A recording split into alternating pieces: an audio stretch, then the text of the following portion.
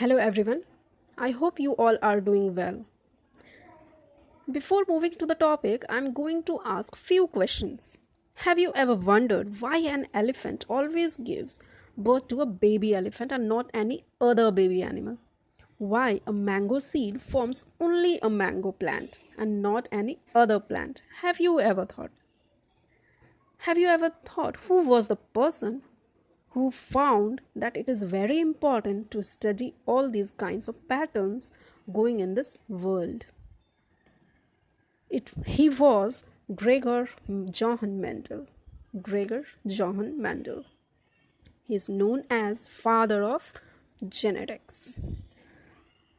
Now the question arises, what is genetics? Genetics is the study of heredity and variations. Heredity and variations. These two terms are very important to understand.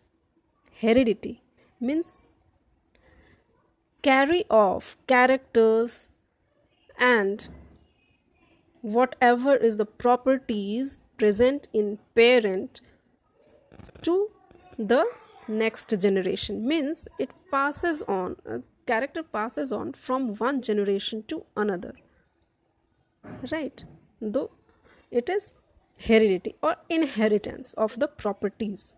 Like if someone has black colored hair, curly hair, so it will be passed from parent to the children will have also black colored hair and curly. Variations.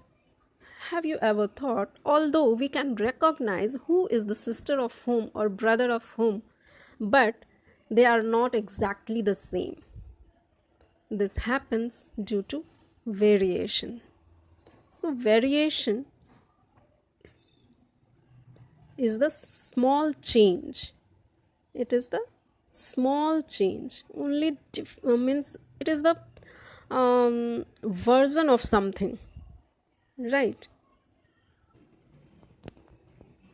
Here in this picture, you can see the pea plant flower.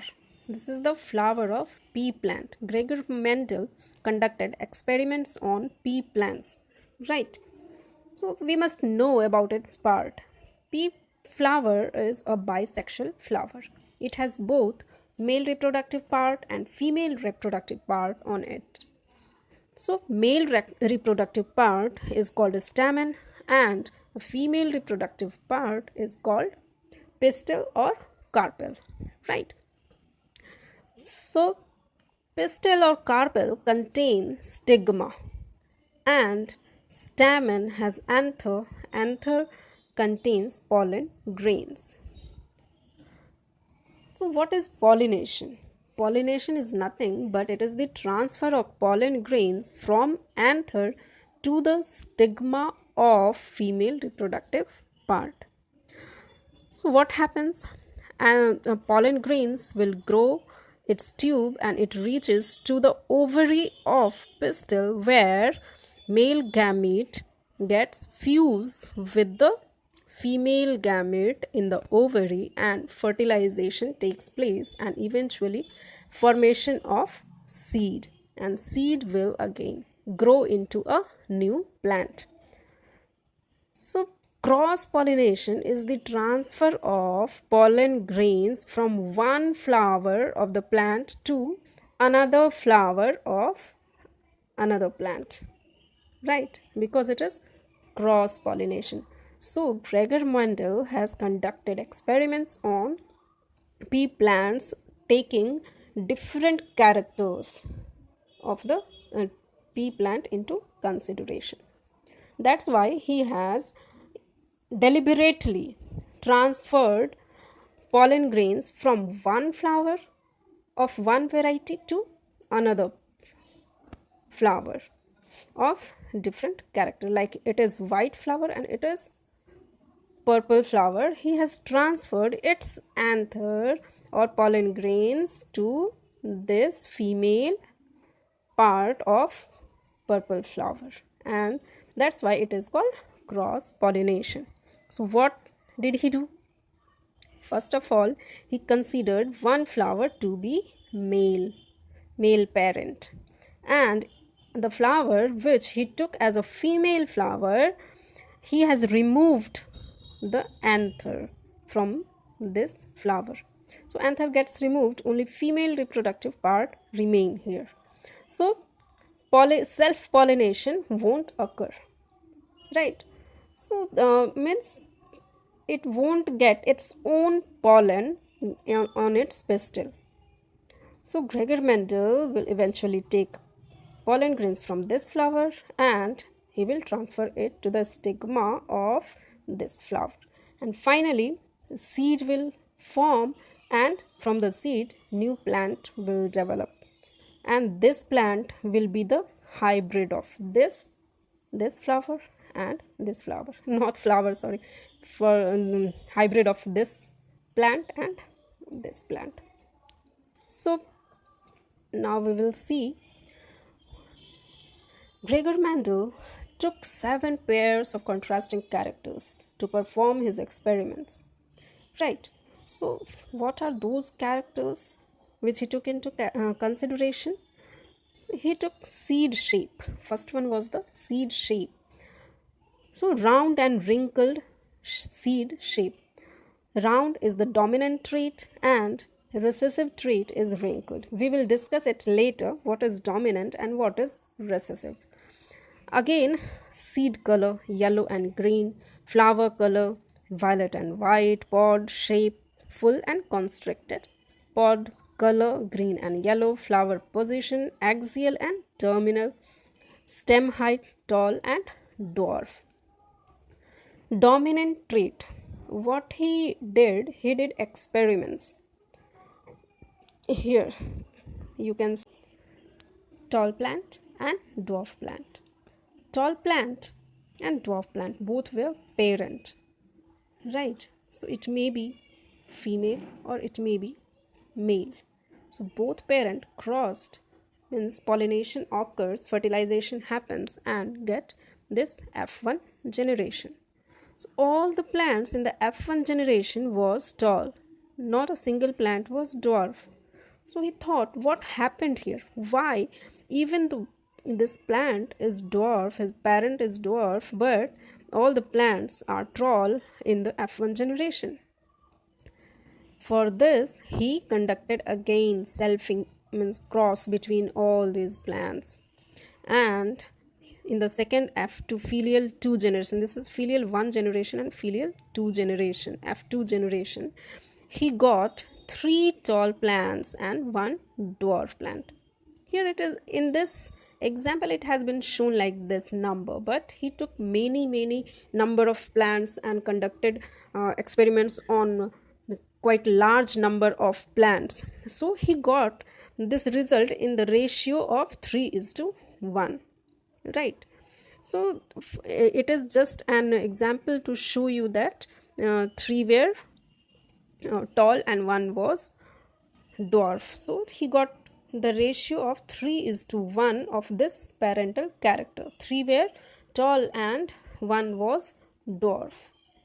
So from this, what he concluded, from all this, he concluded that whatever phenotypic character he got in the F1 generation will be the dominant character or dominant trait, right? So here, tall plant, tall is the phenotype. Phenotype means what? Phenotypic. That phenotypic means whatever we see, we can see whatever character, all those will be phenotype, phenotypic character or phenotype.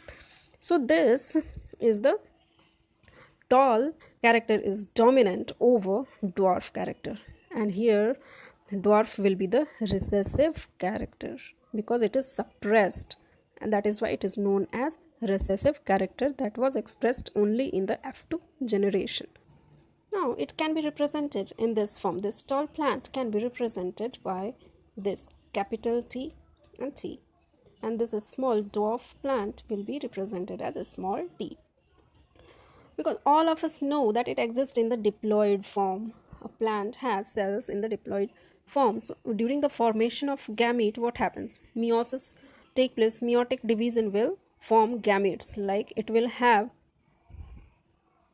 half number of genes in it, right? So each gamete will receive this. So if these two meet, means fertilization occurs, then the cell will have this combination, right?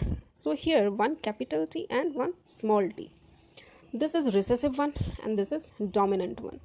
So in the F1 generation, all plant will have this character. That's why it is all tall plants. Here we can see all plants are tall due to the presence of this dominant allele, right? At that time, Mendel called this as factor, gene. He called gene as factor, and these two forms of this gene are known as allele.